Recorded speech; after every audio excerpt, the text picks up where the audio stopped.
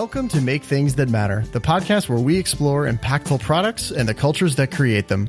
I'm your host, Andrew Scottsko, and if I'm doing my job well, each episode of this show will help you to do meaningful work, make things that make things better, and have a great experience doing it. My partner in this conversation is Bo Burlingham. Bo is an editor-at-large of Inc. magazine and the author of 5 books which have profoundly impacted the trajectory of values-led, intentional business creation all around the world. Now, Bo's work has been such a big inspiration to me and actually foundational to a lot of my thinking over the years, so it was a real privilege to sit down with him. I don't know of anyone that has explored more deeply through real-world examples what it means to build a meaningful business. Bo has given name and voice to multiple movements over the years that continue to shape the world of business. For example, open book management, transparent startups, and the idea of small giants. That is, companies that live from the truth that greatness and bigness have nothing to do with each other. This is a fascinating conversation for anyone interested in exploring what it takes to create a business that is both personally and externally meaningful. We discuss questions such as, what does it actually mean for a company to be great? What makes a company meaningful anyway? What is the foundation of a values-driven approach to business? And what are the roots of business success and service? And while we're at it, what makes for the kind of business that makes everything it touches better for the contact? Now, I saved this conversation for episode 50 because it felt appropriate to celebrate that milestone by talking with one of the people whose work has most shaped the way I see the world of business and what's possible with companies as a force for good progress in the world. So without any further delay, I feel honored and grateful to bring you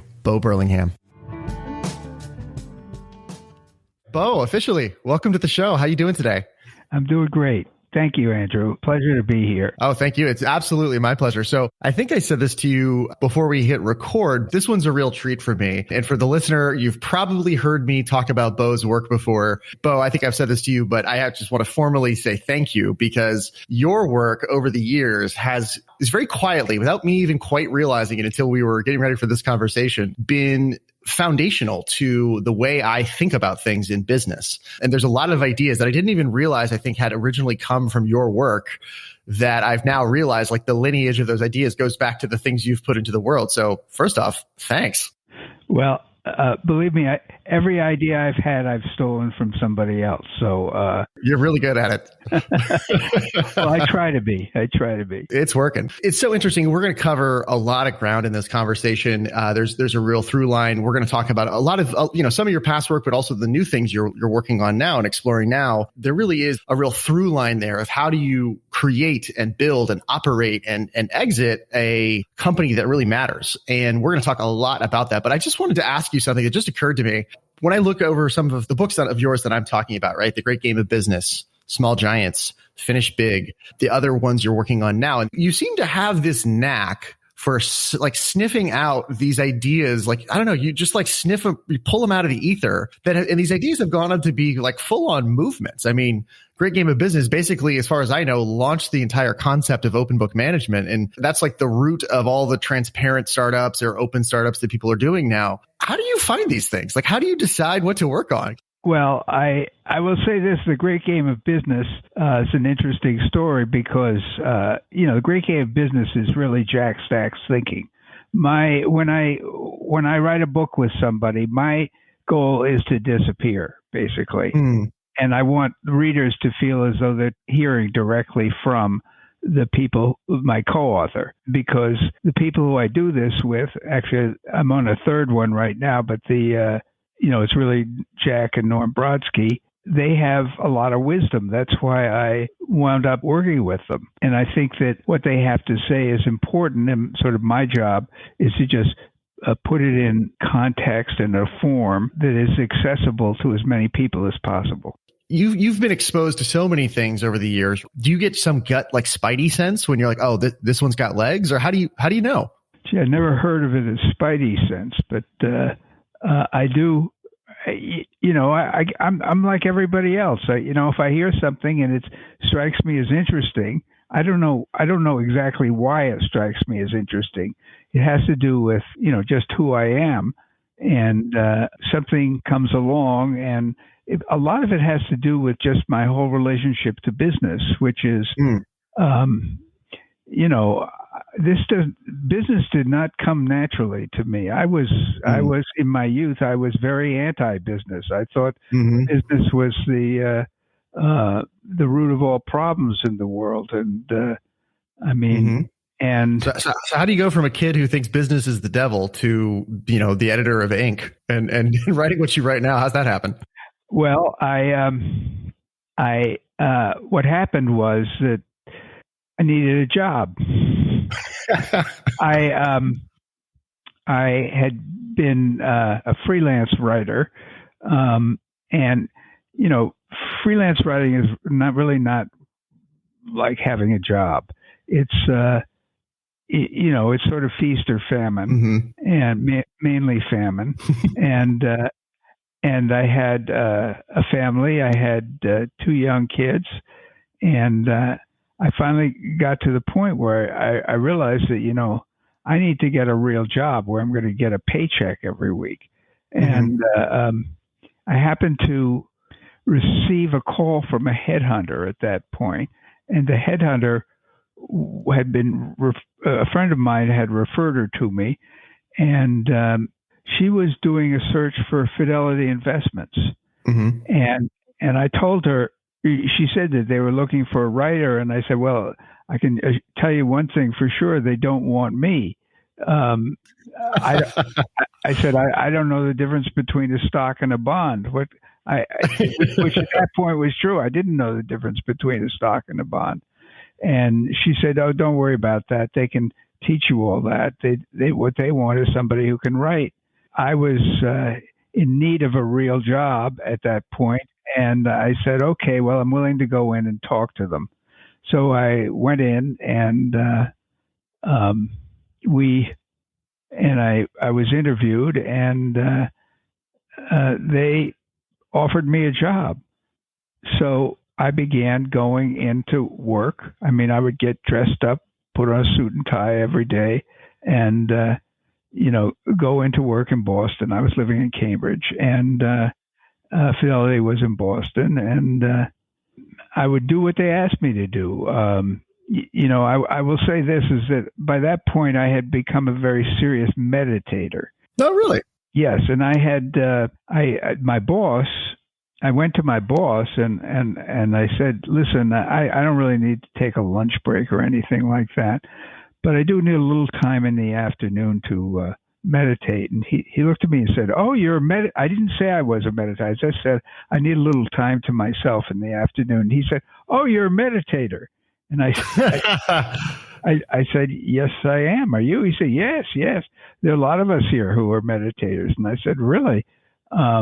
I wound up hooking up with some of them, and we'd all meditate together. That's great. Yeah. And what style do you practice? It's just the Maharishi Mahesh Yogi. What is transcendental meditation? That's right. Yeah, sure. Yeah. And there comes my cat. There it is. Hey, kitty. And so I began working there at Fidelity, and from where I was coming from, this was like the belly of the beast. And and I found that it really wasn't anything at all like what I had imagined it would be. These were all really nice people who were really trying to do their best in the world. And there wasn't anything evil that was going on here. That was really my introduction to business, and it was the sort of the first step that made me think maybe I need to go back and reevaluate some of the things that I believed.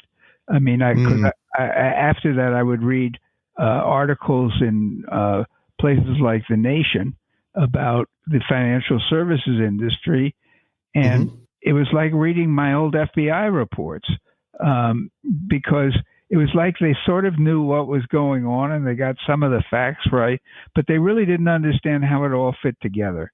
So I just kept going on. And was there a moment where kind of the light bulb switched on for you that, hey, there's another way to do this business thing? Well, it was gradual. I wouldn't say it was one moment. I mean, there were a lot of moments. There were a lot of moments when things that I had thought were true, I had to say they weren't true. There was a whole other way to look at this. So I was at Fidelity for a year, and then I got a call from a friend of mine who I had been an editor. He had been an editor at Boston Magazine when I had done some writing for Boston, and he was now at this startup um, in Boston called Inc. Magazine. And he said that Inc. Magazine was looking for writers who had a background in sort of general interest magazine writing, which I did, and who knew something about business. Well, I'd been at Fidelity for a year, so of course there you go. That's about all I knew about business. And so I went and I said, well, yeah, okay, I'll go. I mean, I had a choice at that point. I could have stayed at Fidelity. I'd probably be a lot richer today if I had. You know, I would have probably gone into marketing or something like that. And I don't think it would have been a bad life, but it didn't feel natural to me. And so I went and I talked to the folks at Fidelity, and they decided to offer me a job. So I told my colleagues at Fidelity that I was going to leave and take this job, and they all maybe they had a better idea of me than I did, because they all said, well, yeah, that makes perfect sense. That's where you belong. Yeah, that's right for you. Yeah. So I went there, and that was an equally enlightening experience for me that challenged everything that I thought I knew about business.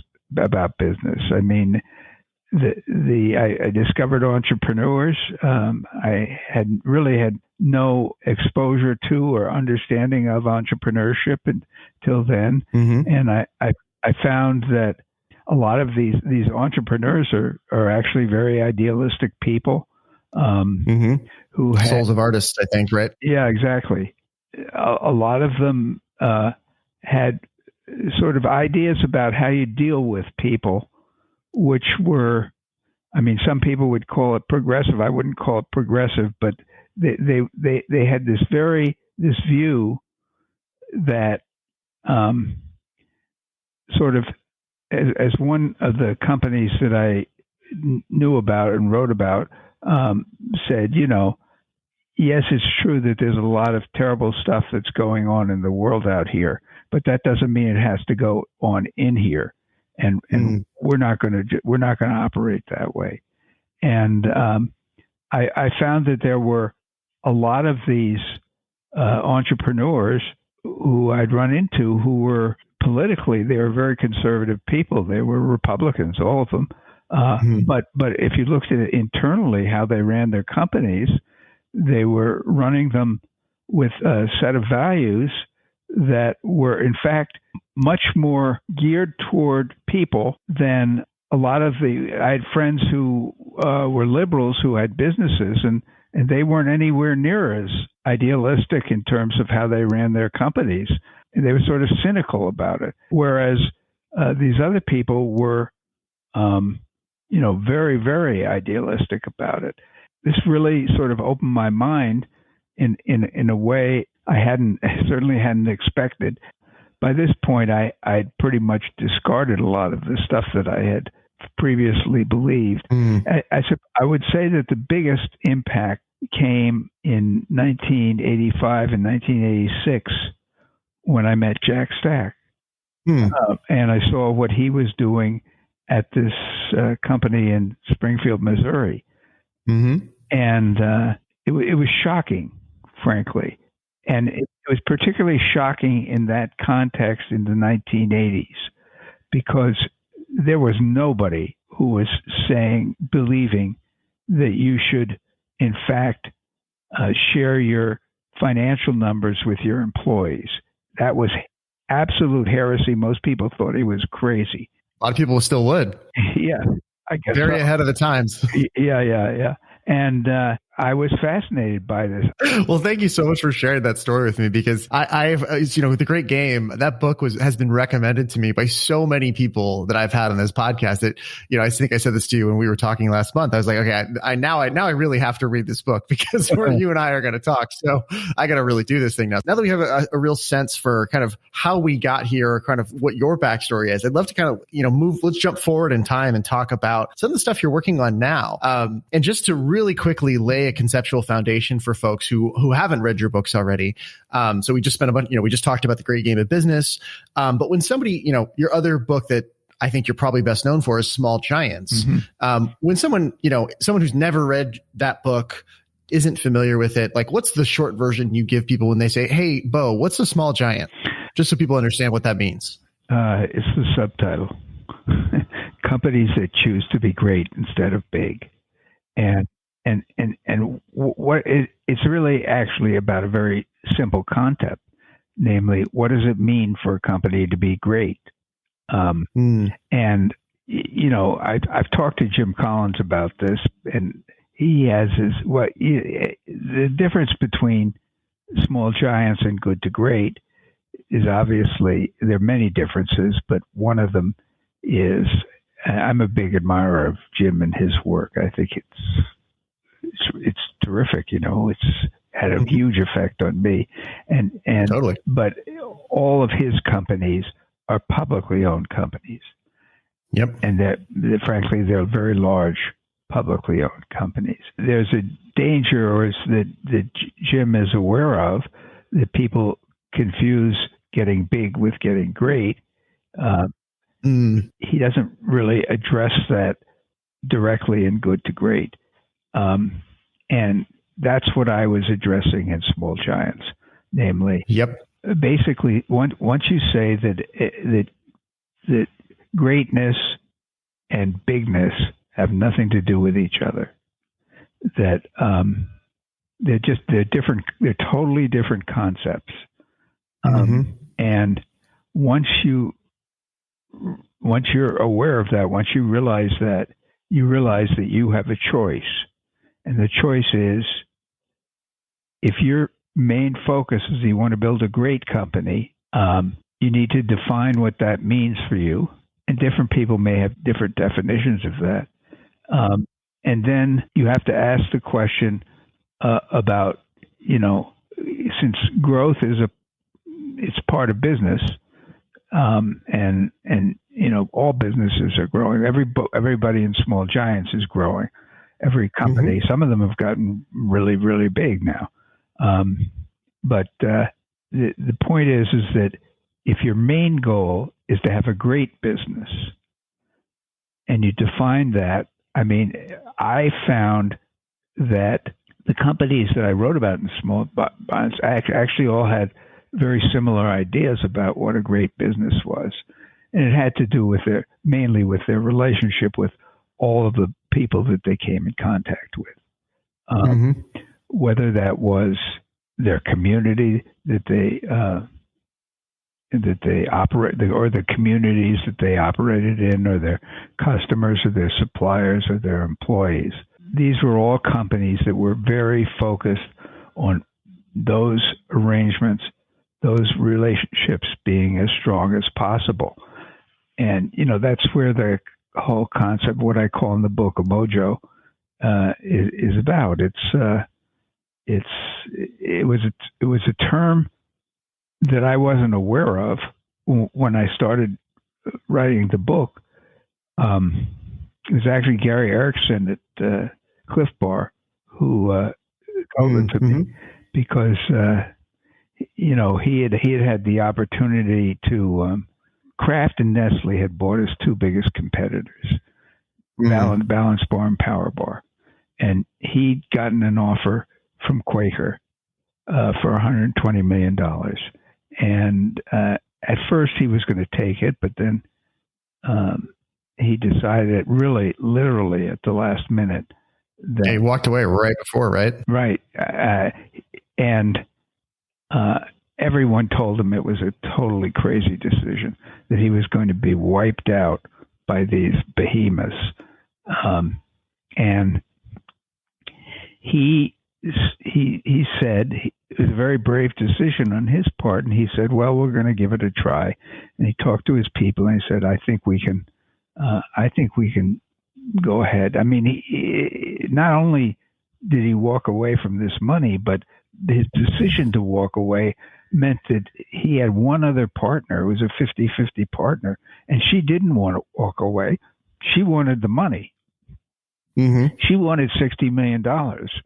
And because she was a 50% partner, not a 49% partner, she had the power to bring the company down. And Gary wound up having to do a deal with her. And so it wound up costing him $80 million more. Not only was he turning down the $120 million, he was taking on a debt of what turned out to be $80 million because, there was interest on the $60 million as he paid it off. The company was still growing, and in fact, it was growing very fast. And they went to a trade show, and they were approached by a guy at the trade show who was a well-known marketer in the food area. Mm-hmm. And he came up to Gary and said, I heard what you did and walking away. And he said, that was quite a decision you made. Mm-hmm. And he said, but, you've got quite a lively booth going on here. I mean, there's a lot of energy around it. And he said, he pointed over to the balance bar, the power bar booth mm-hmm. that was right next door, and said, well, I don't know, they lost their mojo. Mm. Gary said, mojo? They lost their mojo. and so he was thinking about this, and he said he came back to the company, and he told everybody in the company this story, and he asked them all, do you know other companies that have lost their mojo? And or what do you think mojo is? And and people wrote all kinds of explanations, and he gathered them all on a big notebook and put them together. And then he said, do you know companies that have lost their mojo? And how has that happened? So they got a lot of other answers, and he put them all together in a big book. Obviously it had a big impact on him because he wound up coming out with a whole line of products called Mojo bars. Yeah. But he defined something which I had noticed in some of the great companies that I'd seen in the early 80s when they were young, which was this sort of indefinable quality that was sort of charisma that they had, where, people just wanted to be part of them, be associated with them. Yeah. And it's like that X factor. Yeah, right. So I figured, well, that's sort of what I'm looking for here. I'm looking for companies that have that. And then I said, well, the question is, where does it come from? I began to look at what they had, what these companies that I had found had in common. And, it had to do, there were certain qualities that the leaders had, which was very important. And then there were qualities that had to do with the relationships that the companies had to all these people they came in touch with. And I said, well, that's how I'm going to write the book. Let's look at each of these separately. And, that was Small Giants. That was the book.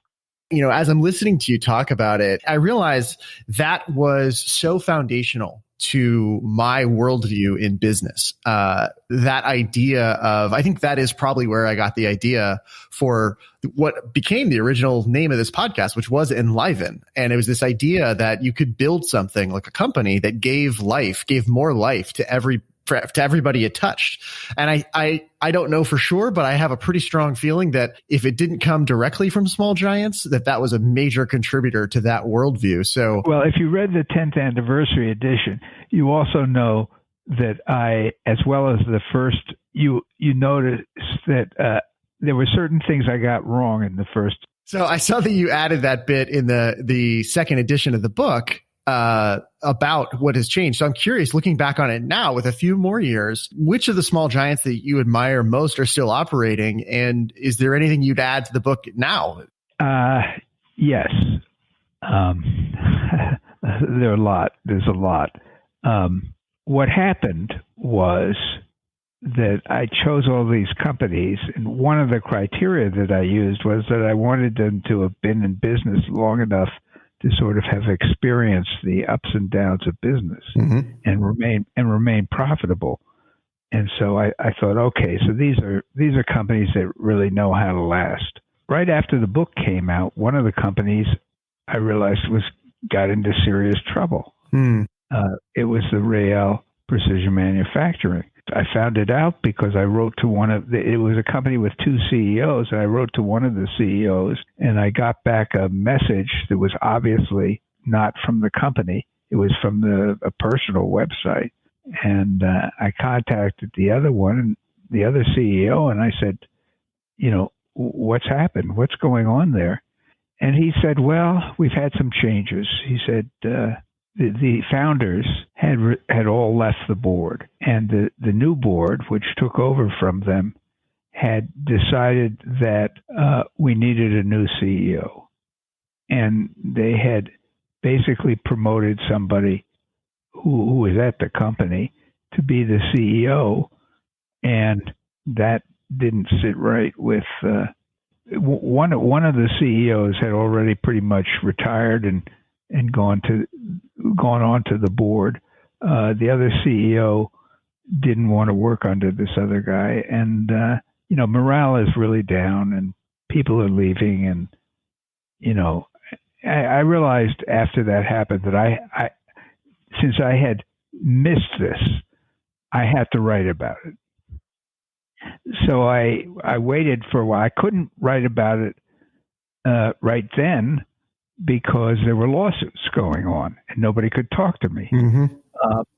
So I waited until the lawsuits were resolved. I convinced my editor at Inc., George, that I should go out and write this other story and about what had gone wrong. And I did. And it was a very interesting story, actually. What Rael did was they were making what are called constant torque hinges. What that means is that, like, if you have a laptop and you put the top up, it doesn't fall right down. That's because of a constant torque hinge.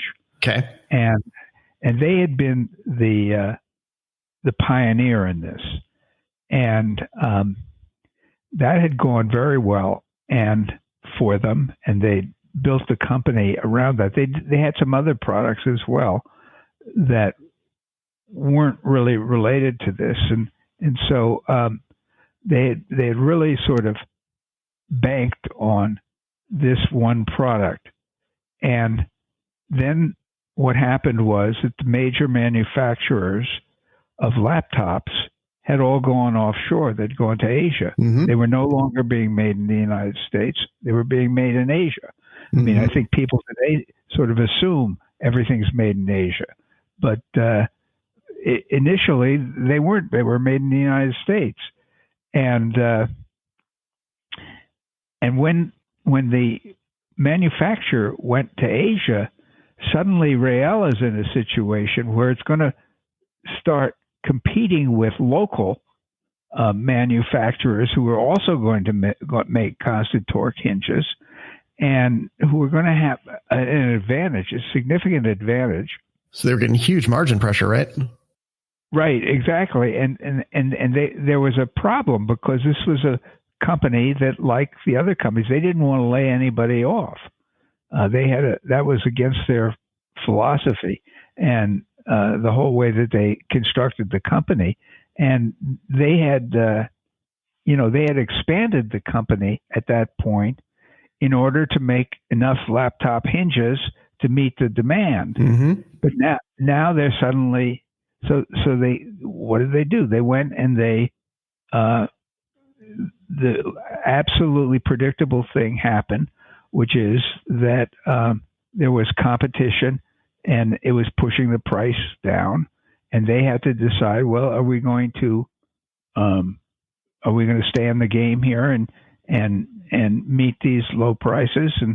And they said, well, if we don't do that, then we're going to have to lay all these people off. And they said, so we feel like we have to do that. So they did it, and they kept reducing the price under this competitive pressure, to the point where when I went out to visit them afterwards to do this article, they were making more laptop hinges than ever.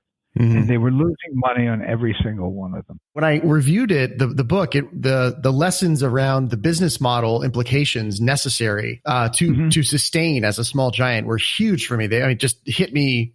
Just completely landed for me in terms of really having to protect your gross margins, watching your balance sheet and then making sure you actually have a viable business. Like it's when you hear that, you're like, well, duh. But at the same time, in the ordinary pressure of things in the course of business, so easy to overlook those things. If you're not if you're not keeping your eye on that prize, really easy to forget. Yeah. Well, the other example, of course, was Rhythm and Hughes, which was, just a fabulous company that did computer special effects. And I suppose their greatest one was the one that they did about Life of Pi, yeah. which was it had the boy and the tiger in the boat with a tiger, and this was all in the movie, and it looked real realistic, and of course it was all computer special effects. There was no tiger in that boat with that kid, but it was a powerful movie, and they won the Academy Award for it. They as the best picture, and the director won it as best director, I believe. 11 days after they got the Academy Award, 11 days after they declared they went into Chapter 11 to protect from their creditors, and eventually, that company really disappeared. That company was bought. The shell of it was bought by somebody else. But the company that I wrote about, the Small Giant, was no longer. And there's actually a very interesting and moving video, which you should watch if you hadn't, called Life After Pi. Oh, cool. Which is about you can find it on YouTube. Yeah, we'll link to all this in the show notes. The irony of the whole thing was John Hughes, who's the founder and CEO of Rhythm and Hughes, never wanted to lay anybody off and never wanted to not provide health care for everybody. And in the end, his determination to do that wound up costing everybody else their jobs. And he said afterwards, he says in that, was it the right decision that I made? And he didn't know. But these were both cases where, as you mentioned, that there were certain things that you really have to do. The problem that they had was that the industry had changed, and they had a business model that was based on an industry that was in Hollywood, and that was had a certain structure to it and a certain way of doing things, and their own Rhythm and Hughes business model was totally fit to that structure. But then the industry totally changed. It began movies began made all over the world, and the way that movies, the kind of companies that movies hired to do things, including special effects, were distributed, and they didn't change their basic structure. Yeah, they didn't. They needed to fundamentally change the structure of the business. They didn't do that, and again, this is one of those lessons. It's similar to the one with Rael or with Nick's Pizza, which is the third example. That what got them into trouble were precisely the things that made them a special company. Their loyalty to their people and their, unwillingness to sacrifice their people in order to do what was necessary to keep the business alive. These were all sort of incredibly enlightening episodes for me. And I realized that when we did the 10th, we weren't going to do a 10th anniversary edition. And I went to the publisher and I said, I really think we need to do a 10th anniversary issue because there have been changes in all these companies, and I need to sort of have an afterword or something that sort of brings people up to date with what's going on with them and discoveries that I've made, which are very, very important, which were not in the first book. And in this revised edition, I need to add those in. And my publisher is a wonderful publisher named Adrian Zackheim. He agreed. He said, that's fine. One thing I'm curious about, though, just listening to you, the very things that made these companies so special, unfortunately, in those three examples, were the seeds of their undoing. There's this sort of baked in tension there, right, between their commitments to their people and the kind of culture they want to have and adapting and doing what's necessary to stay in business. And I was just curious, are you familiar with the idea of polarity management? No, I'm not. Is this... I understand the polarity, or I know something vaguely about the polarity, and I can sort of imagine what polarity management is. It's all a little mystical to me, but yeah, no, it's not a framework I know very well, but I was introduced to it, and it made a lot of sense to me for solving a sort of a different class of problem, which this sounds like it might be one of those problems. And sometimes we drive ourselves crazy because we try to solve something that is sort of fundamentally unsolvable, right? It's like a built-in, almost structural tension that's just part of the system, right? It's just two sides of the coin. Classic ones are the need for growth and the need for stability, right? Those can compete. And that's a central theme in a lot of the stuff you've written about. And the idea of a polarity is that sometimes things aren't problems that can actually be solved in any sort of final, definitive sense. They're just a built-in tension. And the idea is you can't actually solve one of these tensions. All you can do is manage it well. And when you manage it well, you get sort of more of the upside of both sides of that system and less of the downside. And so I just found that to be a really interesting idea because since I learned that idea, I found myself asking sometimes, oh, wait, is this a problem or is this a polarity? Or I often, my mind goes with it to call it like a paradox. And so I just find myself sometimes it's more effective to recognize when I'm in one or the other and, respond appropriately, basically. It just seems like that might be maybe useful for some of the tensions you're talking about. Perhaps. I don't know. I'd have to know a lot more about this. Have to read something and think about it and so forth. But I would say that in terms of the tension and dealing with that tension, I mean, Rael wound up dealing with the tension. It's a better company today than it was when I wrote about it. And in fact, the fact that they went through this and ultimately they did have to lay people off to survive, I mean, it was actually a healthy thing for the company. And the company is healthier today because they did go through that. And I would say that, my sort of standard that I measure everything else against is Springfield Remanufacturing, SRC Holdings. And the fact, when you are in a situation where what is a business? A business is a group of people who are trying to create something, a product or a service that other people want. Mm-hmm.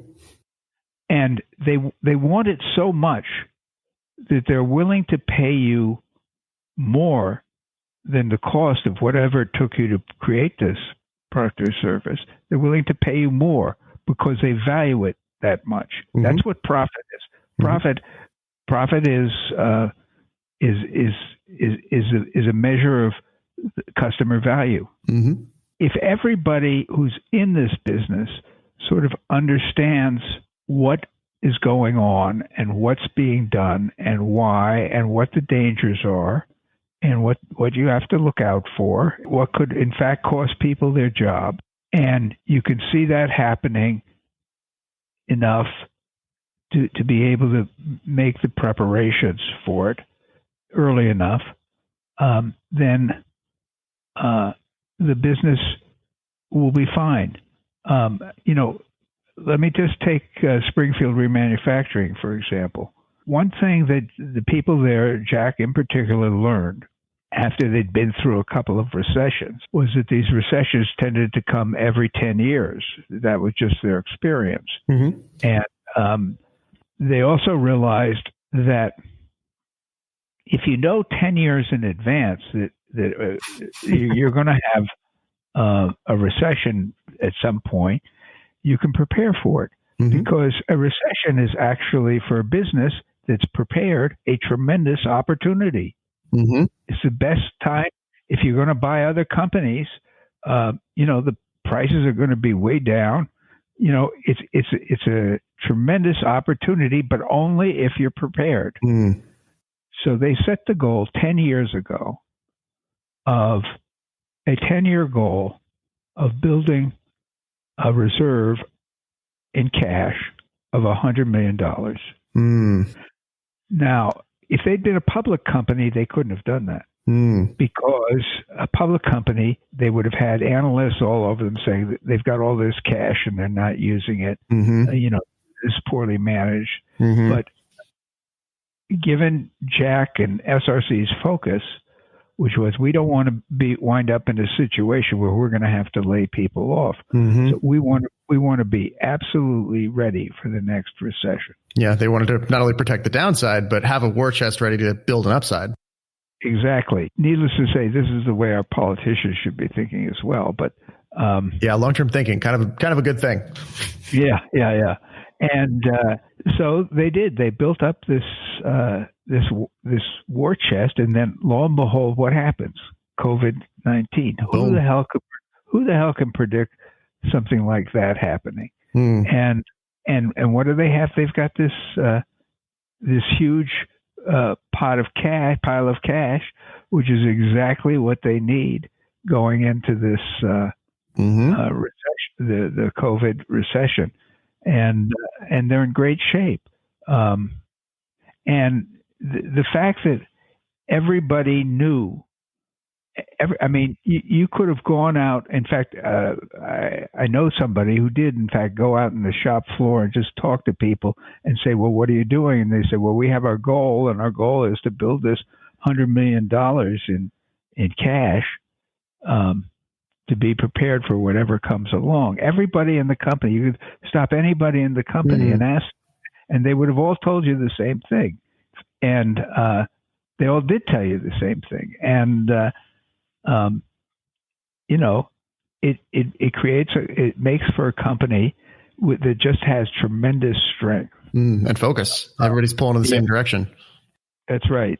That long-term thinking is a really interesting pivot point and a super important topic. I think that's kind of a perfect pivot point into what you're working on now. I'd love you to talk a little bit about this book that you're working on about evergreen companies and the Tugboat Institute. When I saw it, I just lit up like a Christmas tree, but I think people should hear it from you. Tell me a little bit about this. The Tugboat Institute is really, it's companies that Dave Warden, who is the founder and the CEO of the Tugboat Institute, calls evergreen companies.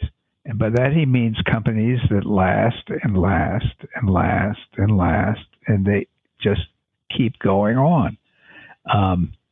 There is one company in the Institute that has been in business continuously for more than 300 years.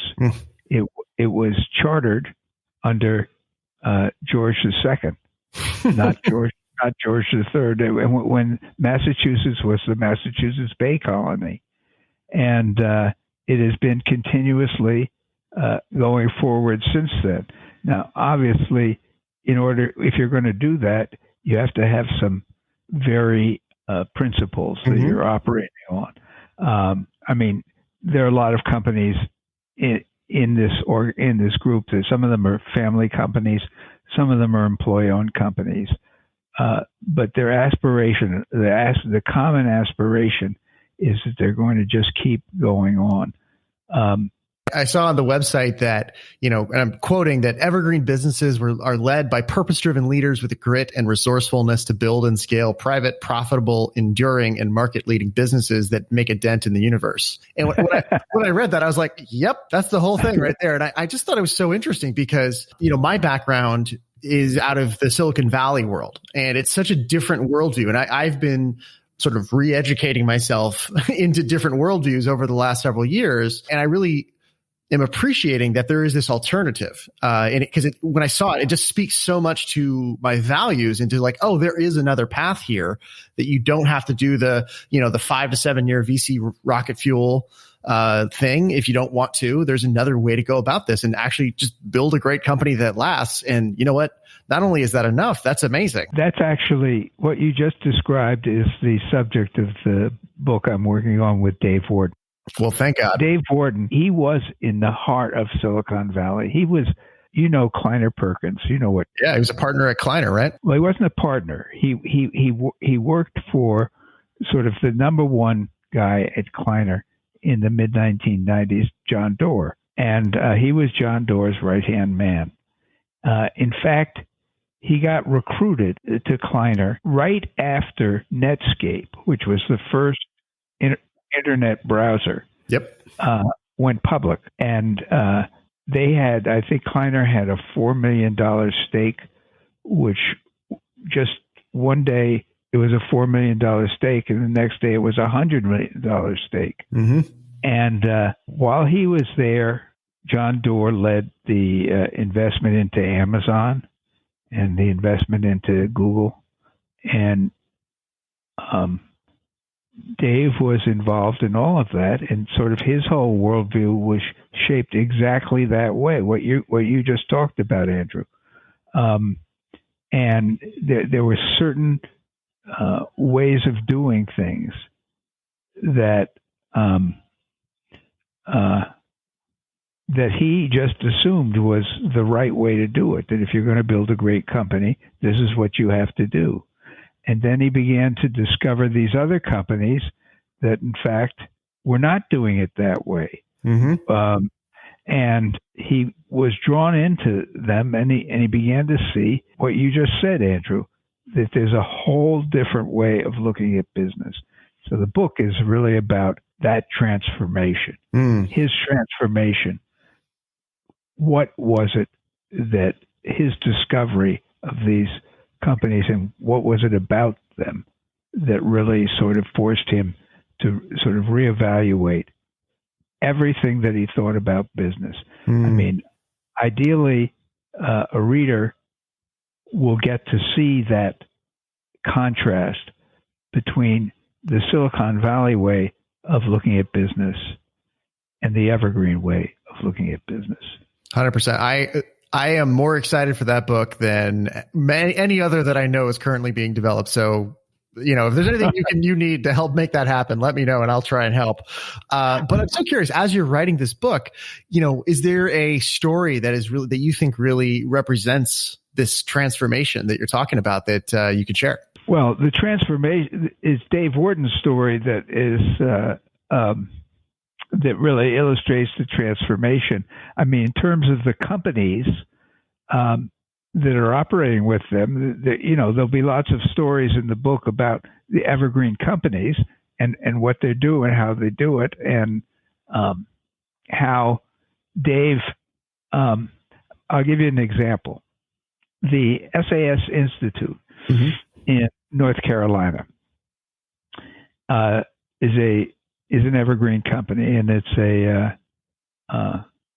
it does analytics software, and it's a huge company. It's a multi-billion-dollar company, so it's not a small giant, but it does adhere to these principles that are frankly very similar to the ones that the small giants have. And one of the things that they're noted for is their ability to innovate. And in fact, it was Clay Christensen who wrote The Innovator's Dilemma and is sort of the number one guy in terms of innovation. I think there's something really interesting when you sit with Christensen's work between the innovation-centered work and then also the value-centered work of how will you measure your life. And when you kind of put those together, I think you start to emerge into the kind of space that we're discussing here. At least that was my experience. I think that's right. Dave Warden had been in touch with Christensen, and Christensen had urged him to go see the SAS Institute. And so he did, and he took a bunch of members of Tugboat Institute with him to visit. And one of the topics that they talked about was innovation and how they go about innovation. So they talked about it, and they told their method. And Dave kept waiting as he listened to this story, and he said, "Okay, well, so when do you write the big check?" And they said, "We don't write the big check." And he said, "Well, you're putting in something that is going to require an awful lot of money. Where's that money going to come from?" And he said, "Well, it's going to come from the customers." He said, "What do you mean by that? It's going to come from the customers. The customers don't know what it is." He said, "Well, in the case of the things that we do, the customers will know what your job as the innovator is to sell it to the customers. If the customers like the idea, and if you're producing something that they really want to have, they're going to pay you for it up front." Yep. And a good old-fashioned customer funding, i.e. bootstrapping, i.e. what we did before VC was the predominant narrative. Right, exactly. And that was, for Dave, this was a revelation because he had just assumed that, business had gotten to the point where if you were going to do something new, you were going to have to spend lots of money on it. So you were going to have to get investors to put that in. Yep. And what they were telling him at SAS Institute was, no, you don't have to get investors to do that. You can get customers. I read your article from 2015 about building a 100-year company, which again, total values alignment there. And you made a point in it I really resonated with, right? Which is you'd think, especially as you look at the decreasing costs of producing software and non-physical technology, basically all your costs are in the people, right? But once you've got it going, margins for like SaaS businesses are extraordinary.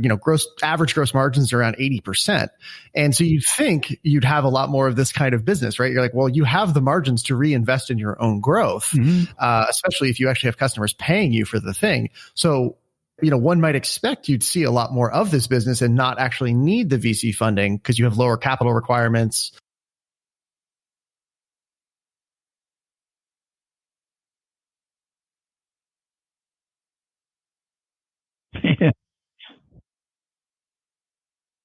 Yeah, right. It's true. And Yeah, no, you're absolutely right, Andrew. The thing is this, and Dave was there when it happened, was that there was a huge philosophical change in Silicon Valley from where it had been originally, which is we're going to build companies, we're going to give them enough money to get going, and then we're going to get paid back when they go public or when we sell them. But before that can happen, they have to have several quarters, 7 quarters, 8 quarters of profitable growth, because that's what people are going to be buying. Mm-hmm. They're going to be buying the future margin. Yep. Really with Netscape, and it really centered around Netscape. And if you haven't read Michael Lewis's book on the new thing, you really should read that. Oh, I'll check that out. It's about this pivot point in Silicon Valley. Everything changed. They saw, Netscape went public. It hadn't ever turned a profit. Yep, that changed everything. It was also because Jim Clark, he'd been sort of pissed off at venture capitalists before, and he wanted to make sure that it wasn't just the venture capitalists who made money when they went public. He wanted the engineers to make money as well. Mm-hmm. That changed everything. Yeah. Suddenly, the predominant way of going about things in Silicon Valley was get big fast. Yep. And that fueled the first big tech bubble. Exactly. By any chance, have you watched the documentary Something Ventured? It's about the history of VC. No, I would love to do that. Where can I find it? Yeah, I see a few places to watch it online. I'll send you the link after, and we'll put it in show notes. Very good. Terrific. Yeah, I remember watching it a few years ago, and it features guys like Don Valentine, who's sort of one of the early VC, one of the early people in the world of venture. It's really interesting, and it kind of tells the story of how venture went from effectively a cottage industry in like the 70s to what it is today, which is, despite being a subset, numerically speaking, of business writ large, it is dominant in terms of media and people's, it's mind share. It's the dominant way of business. But if you look at the actual reality of what it's created, it's not. So actually it raises a question that I've seen some people struggle with, and I myself have struggled with, especially coming out of my background in that world. If you've spent any time around that world, as you just said, it's now all about get big fast, right? And that pivot point happened at the Netscape IPO in 1995. And it's only more and more now with all the rise in sort of the popularity of entrepreneurism and everything. In that article you wrote in 2015, the 100 years company article, right? You told, there's a little snippet in there about Jessica Heron, who built Stella and Dot, I believe.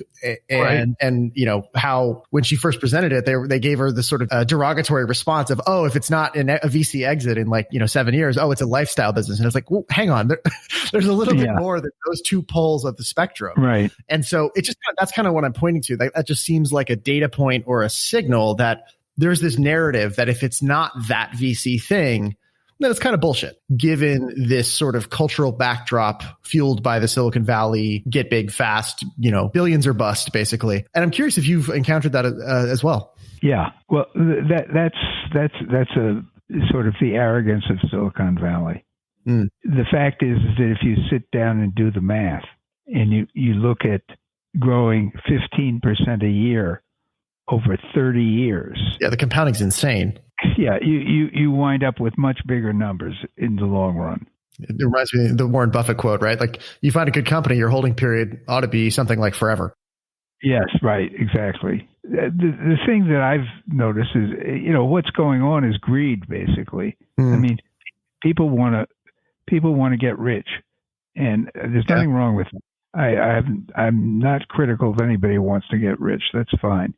But if that's really what's driving you, it's driving so many of the young people who come out to Silicon Valley. They're thinking about getting their investment before they even have a company to invest in.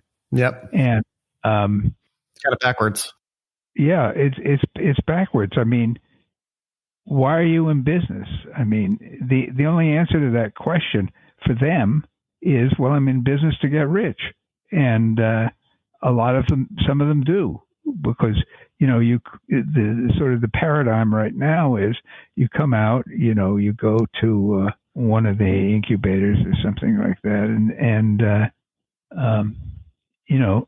you develop a concept, and then you sell that concept to one of the big companies, and that gives you your nest egg and your job at one of these big companies. And that's sort of, I mean, it's valid in the sense that it happens, and it can happen, but the question then becomes, when you sit down just by yourself and look in the mirror, and you're at a point in your life where you ask yourself, have I created anything of value?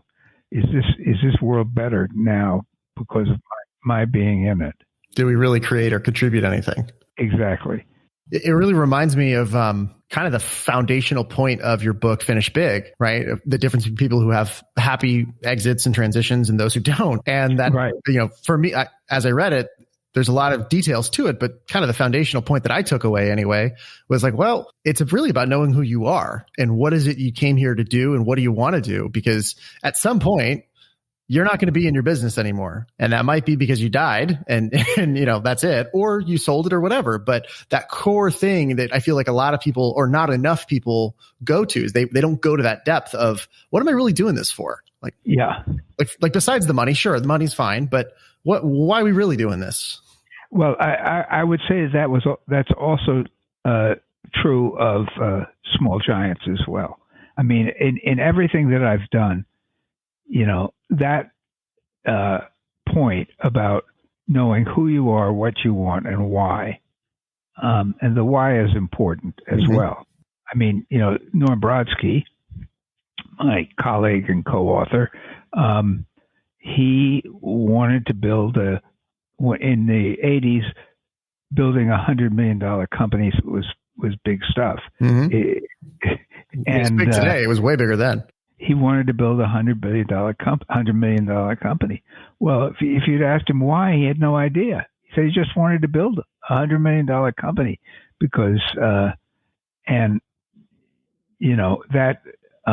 ultimately got him into trouble because he got to $100 million. It took him about 7 years, and then it took him about 7 months to go from 100 million back to about 10 million. Was a very important lesson for him. Yeah. But there is something here, though, I think, of what I'm hearing anyway in the things you're describing, and what's resonating with me as a through line is, the versions of these companies that at least I aspire to, and I think the folks in this audience aspire to, they really are expressions of something, right? They're not just chasing the money, they're really about developing and expressing something in the world and using the business as a vehicle for that. It's exactly right. It's like, we all, just as human beings, I think we all, at some point, ask ourselves, why are we here? What does it mean to make a difference? What kind of a difference are we making? And does making a difference make a difference? And at some point, it turtles all the way down. Yeah, right, exactly. And those are sort of basic questions that just as people we need to answer. Simple, but not easy. When you say build a meaningful business, people talk about building a meaningful business. Well, what does that mean? What is a meaningful business? And I think it relates back to very, very basic concepts, namely that we're here not just for ourselves, we're here for the people around us as well. And basically service, and that was where the Finish Big part came in. It was ultimately the people who had good exits. They found out how to serve afterwards. And I'd like to say that when you think about it, business is all about service. I mean, when you're in business, you're serving your customers or you wouldn't have a business. In many cases, you're serving your employees. You're serving your community. And when people ask you what you do, you say what you're doing, and implicitly what you're saying is that you're serving all these people. And the problem that people who sell their businesses have often is that people ask them, what do they do? And they don't know what to answer. Mm-hmm. They lost the identity pillar. Yeah, exactly. It really reminds me of a conversation that I had on the podcast with a woman named Amy Edmondson, who's a professor at Harvard and is pretty much the world leader in psychological safety. And we had this really beautiful realization in that conversation. I don't remember how we got there, but it was kind of this question of like, well, what's work for? Like, what's business for, right? Because, she's someone who's thought a lot about, the nature of work. And she asked me like, well, what's your answer to that? And it really I resonate really strongly with what you're saying right now, because for me, the answer, and it's the best one I've come up with so far, is that, work or companies, they're a place we go or a platform to develop and express who we are, but in service of something greater than ourselves. Yes, that's absolutely true. Yes. I see these stories, these articles about quote unquote, the reinvention of work. The future of work. Yeah. And the principle of making things as simple as possible, of simplicity, is important here, because ultimately it all is pretty simple. And if you can think clearly about it. Now I have to go and check on the Amy Edmondson. Is that one of your podcasts? Yeah. I'll send you the link and we'll put this in the show notes. Yeah, I'd be curious to listen to it. She's terrific. Yeah. Well, let me ask you this, and then we'll go ahead and start to close out here in a minute. But just, I'm loving this idea of evergreen companies. I'm very excited to follow the development of this book and the ideas in it. Again, just reading what was on their website, I went, yep, that's exactly what I'm about. That's what the show's about, the whole thing. And I love that we got to this place in this conversation about, what is a meaningful business? Because I get that question from people. They say, okay, make things that matter. Like, well, what matters? Right. It's that same idea of like the sort of subjectivity of meaning. But I think at some level, what it reduces to is what you hit on, which is it's service on some level. It's service to something you care about and that has an ethical foundation, hopefully. But let me ask you this question, and then we'll go ahead and close out with a couple rapid fire questions. Okay. Okay. Before we go to the rapid fire questions, one thing I wanted to ask you is a lot of the people in the audience who were so excited you're coming on the show, they know you best from Small Giants. We've talked about that a bunch. Now you're talking about these evergreen companies. So far, and I know you're still working this out, but when you look at Small Giants and evergreen companies, what characteristics do they share and what's different about them? Well, that's what my books are about. Just give me the whole book right now. Come on. I think what they share the qualities that you're talking about, Andrew, and that your whole program is about, your whole podcast is about, which is they are searching for meaningfulness and for doing things that matter. And I think we're all doing that. And I think that ultimately, you face a choice. It's a choice to do something that's good for you, but not much good for anybody else, or you're going to do something that really is going to make a difference in other people's lives. And, that's, if I don't mean to sound trite, but, it's about love. And, who do you love? That's a perfect way to kind of put a bow on that. It's, it's funny. I think you and I share a lot of, just in this conversation, it's clear to me, we share a lot of values-based orientation to business and to all the things that we're doing here. And one of the answers I've given to people, they're like, they're like, why do you feel so good about business? Why are you optimistic about business as a force for good in the world? Which is, I absolutely am. And it's basically the premise of this whole damn show. It's kind of what you just said. Love is a great way to put it. But another way I've put it to people is, and I tend to come at this all from kind of a very, almost a Buddhist orientation. Good business to me, its roots, like the seed of good business is generosity. It's service, right? Like nobody buys when you buy a great product, that was built on a foundation of generosity, of wanting to help, and so that's kind of another way for me of looking at exactly what you're talking about. That's very good. I hope so. I hope it works. Now I'm getting ready for your fast questions. Yeah. So we'll close out now with some rapid fire questions. They're short questions. Your answers can be as long as you want. Okay. And feel free to go in any direction you want with these.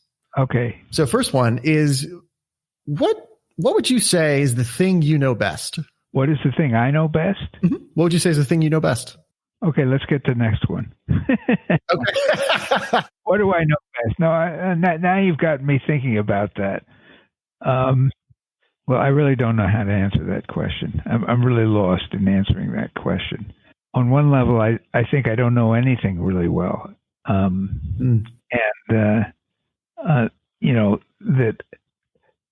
me, what keeps me going is learning new things.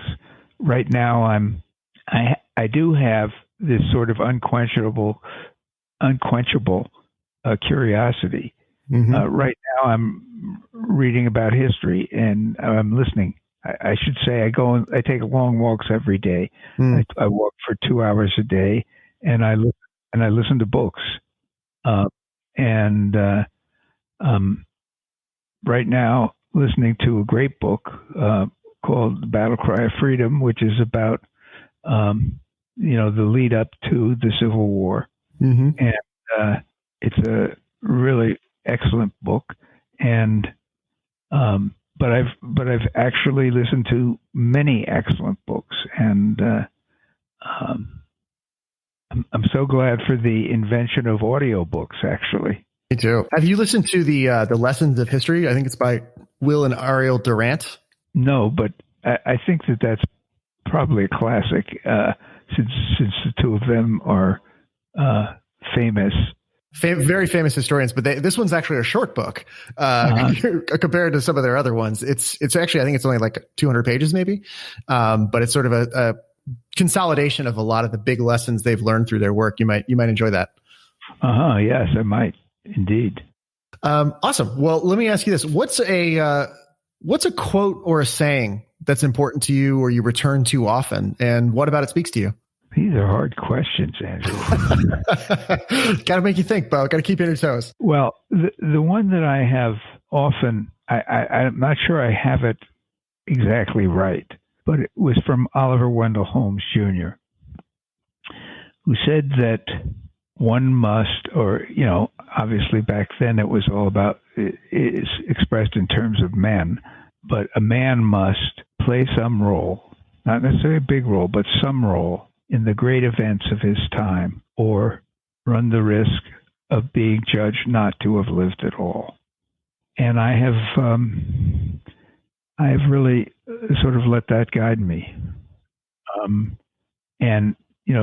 Sometimes I think what you and I are talking about right now is one of the great events of the times that we're living in, because I think that there's a way of creating things, doing things that really can have greater value to more people than ever before. We have to figure it out what it is, and we've got to try and find it. But I would like to think that that's going to be something that will live on after us. 100%. I love what you're saying there. Somebody asked me why, what's this all about? And in this transformation that you're alluding to, as soon as you said that quote, what just popped immediately into my head was, we're talking about the transformation of business and capitalism. And for, somebody asked me, what is it about that is meaningful? And I was like, we're talking about reclaiming the lost soul of capitalism here. I think that's a big deal. Yeah, it's true. So, and I want to be a part of that. So yeah, it's true. I mean, if you go back and look at Adam Smith, when he was really sort of defining capitalism for all of us, it was in his mind, the values part of it was inherent in it. I mean, it had to be there. Of course, he was in a time, the Enlightenment, when there was this sort of transition out of the religious, I should say the Christian religious world to whatever we've got now.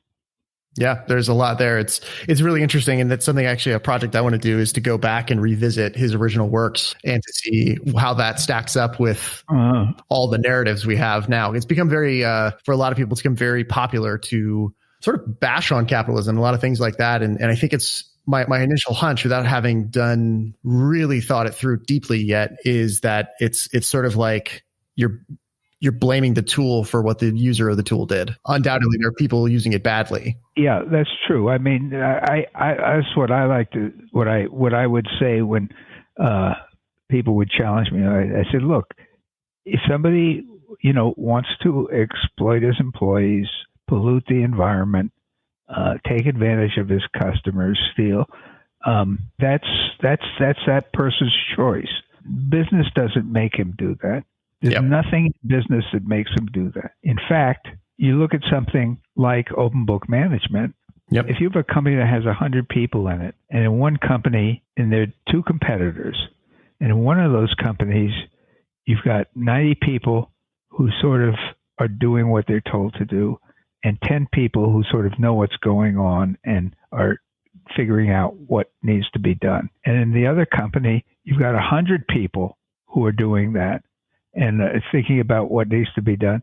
Who's going to be more successful? Mm-hmm. It's like, I feel like the closed book people, the traditional people, are losing money. They're throwing money away. Mm-hmm. It's wasting all that talent. Yeah, exactly. And those minds that are working all the time. Yeah, 100%. So just in wrapping up though, Bo, let me ask you this. So it's one of my beliefs that it's the questions we ask ourselves that shape a lot of how our lives go and how we think about things. Is there a question that, you could, if you were going to assign the listener homework, like what's a question you would have the listener start asking themselves on a regular basis that you think would be helpful to them in some way? Well, it's what we've been talking about. What's the value of this? Whatever it is that you're doing. Who are you delivering value to, and why? The most important question is what we talked about before. Who am I? What do I want? And why? There's one question that I feel we have to talk about here because it was the question that was asked of you on Twitter, which was, how have the open book companies done during the pandemic? Yes. And it's a very good question. And in fact, the answer is that the open book companies have done exceedingly well. They have done much better than anybody else. I'm not saying that it's magic. I mean, if you're in the restaurant industry, you're going to get slammed no matter what. It has one of the things that I do every year is that I'm on a panel where we evaluate, people are nominated about how they practice the great game of business and how they practice open book management. And then I am the other judges go through their applications and decide who are the all-stars, quote unquote. This year we had something like, this would have been, actually it would have been last year, something like, 50 or 60 applications for this all-star panel. Only one of the companies that was applying had laid anyone off. Wow. Just one.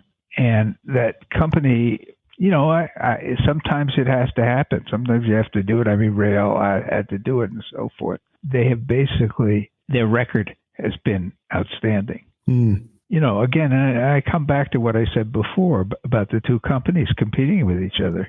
What happens actually in hard times, when you get into hard times like this, what happens is that people are willing to make sacrifices.